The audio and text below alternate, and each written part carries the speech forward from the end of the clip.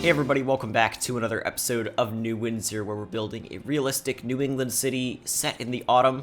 And right now we're looking at the IKEA we built last episode right next to the freeway, just like a good IKEA should be. And I'm really happy with how that build turned out. It looks very realistic. But this episode, we're going to be building something near the interchange, but sort of further away from it. In this area in between downtown and what will be the airport, we're going to be building a stadium with a bunch of commercial and residential, like some townhouses, as well as a new apartment complex, like a new development with some higher end units. The whole idea of the area is it's one of the more newly developed parts of the city. But anyway, let's get straight into building it.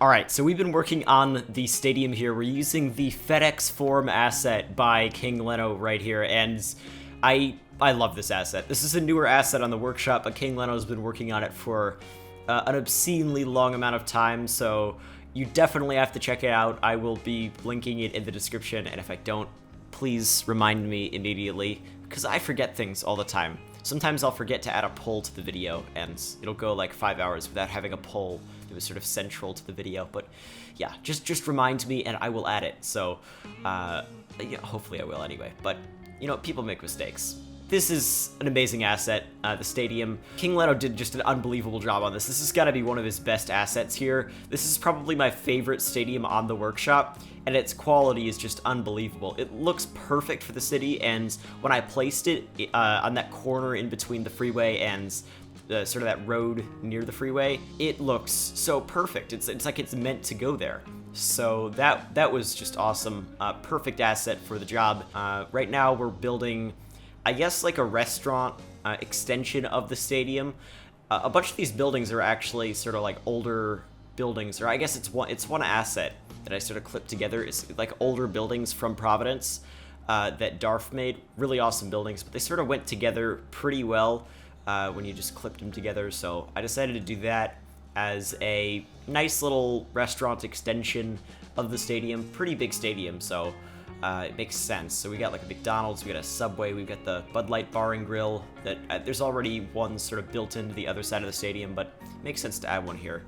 Tried to add these like McDonald's umbrellas. It didn't really work. It was just too much. They're pretty big actually, but I haven't really gone to an actual stadium and like watched a game or anything like that, so I don't know how a lot of that stuff works, but I think this is relatively realistic. Definitely give me feedback.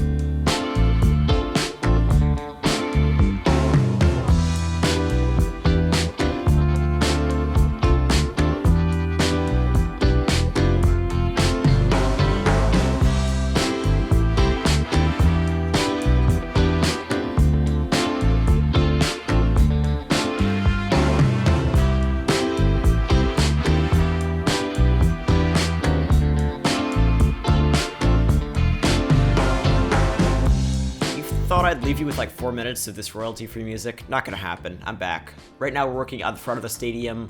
A lot of this stuff doesn't stay. Well, mostly the diner that I placed. That's a really weird addition that I added. Just a diner car just at the front of the stadium, and that doesn't stay because cars tried to park in front of it. And I mean, I would have added, like, just kept it just as a weird, like, addition, but the cars, no, not gonna happen. Right now we're placing actually the big signs for the FedEx Forum just in front of the stadium. Those are really awesome as well. I'm glad those are included within the stadium pack, and just adds a lot. Right now we're working on sort of the back of the stadium, actually. This area, I don't know how realistic it is, but I'm just sort of adding some paths and stuff. I guess it's like a secondary entrance slash exit for somebody who might have parked like off campus. We did add a big parking lot, but obviously some people aren't gonna park in it. Right now we're working on like a commercial area over here. Trying to just do some filler, but make it a little interesting. I'm trying to add a lot more Dunkin' Donuts. And by the way, somebody please make a good Dunkin' Donuts asset. Like this, the one that I'm using is pretty decent, but the textures are terrible. I mean, because it's like 2015 or something. But, I mean, it looks pretty decent from afar, but nice, newer Dunkin' Donuts could be cool. King Leno? Somebody? But, yeah, anyway, it's just a New England necessity. This works for now, though. This is actually pretty awesome. The shape and colors and everything. But also, please don't add parking to your assets, people. Don't add any parking. Please, please. Because, like, even, like, Beard Monkey sometimes adds parking to his assets, and it really annoys me. Like, I placed this piano gallery asset later, and it's got, like, a bunch of parking on the side with, like, vanilla parking decals, and it's like, why? It would be so much better without it. But anyway, that's just a very annoying little rant. But I guess I speak for a decent amount of people. Anyway, right now we're working on these townhouses over here. These are the New England townhouses by Darf. I'm actually going to do a showcase of Darf's New England collection in the next episode, and a newer asset Darf made that's specifically from Providence that is something I've been waiting for a long time. That's really, really cool.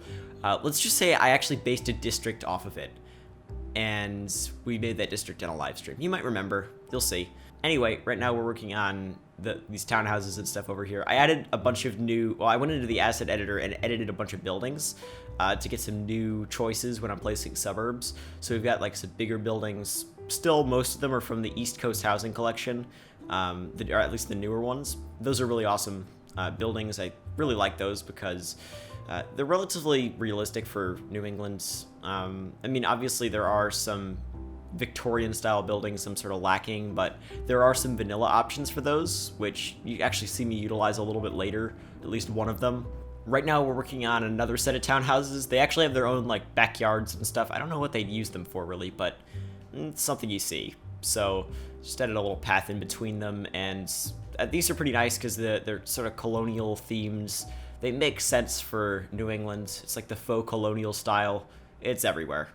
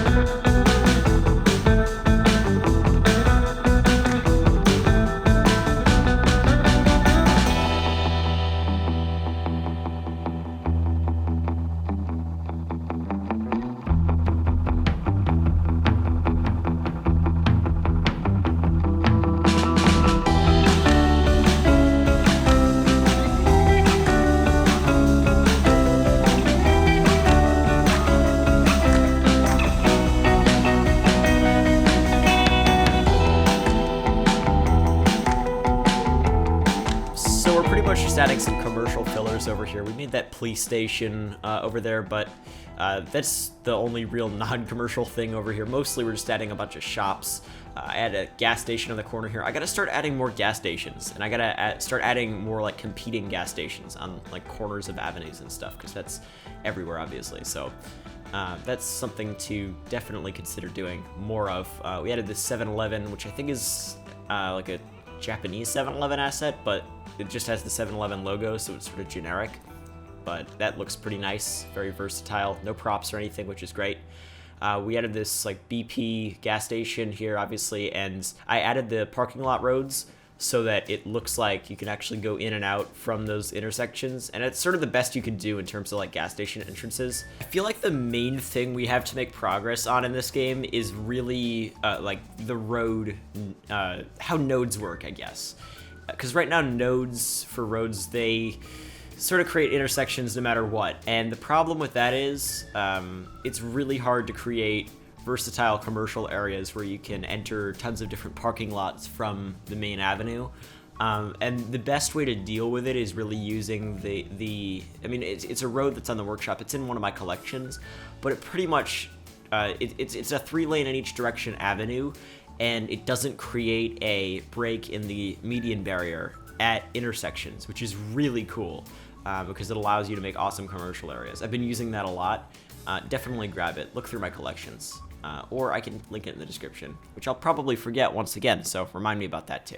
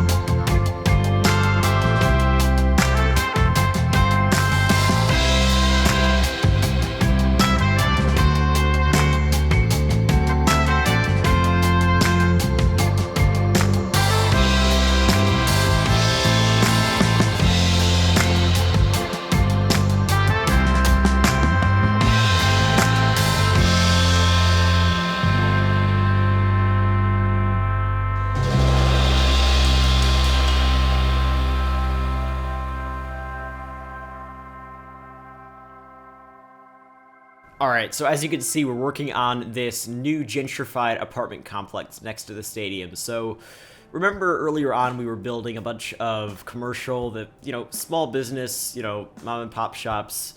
Well, obviously you're going to have some gentrification in a lot of areas, especially when there's a massive economic boom from, say, something like a stadium. You're going to create a lot of newer commercial, obviously land value is going to go up, and makes sense to build some higher density buildings in the area as well. So what we're doing is we're using these Gramercy Commons apartment buildings by King Leno here to build like a newer development. And I haven't really done this yet in the city. I don't think I'm going to do it again. Maybe in one other part of the city I'm thinking of, but that's going to be pretty far away. One thing that I'm a little bit bothered by is I've sort of finished downtown, and there are a lot of things I want to add that are urban things that I can't really add anymore, except I've got an idea for a district based on Portland, Maine that's going to be like an old downtown, except I don't really have a place to put it.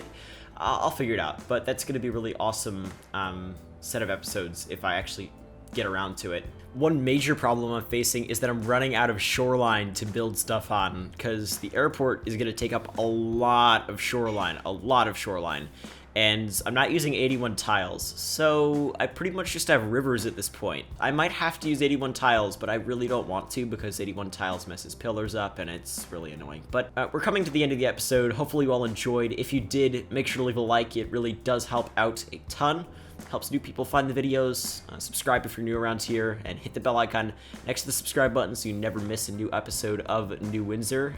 And follow me on Twitter for just notifications on episodes, stuff like that.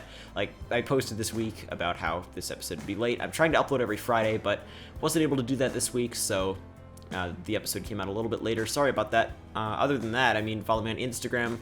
Try to post my best screenshots there, create a nice little gallery, trying to use stories more, but I don't really have much of a use for it. I mean, direct suggestions, it's great because it's a nice little format for that. But also join my Steam chat. I want to revive that. I've been busy, so I haven't really been able to use it, but join the Steam chat.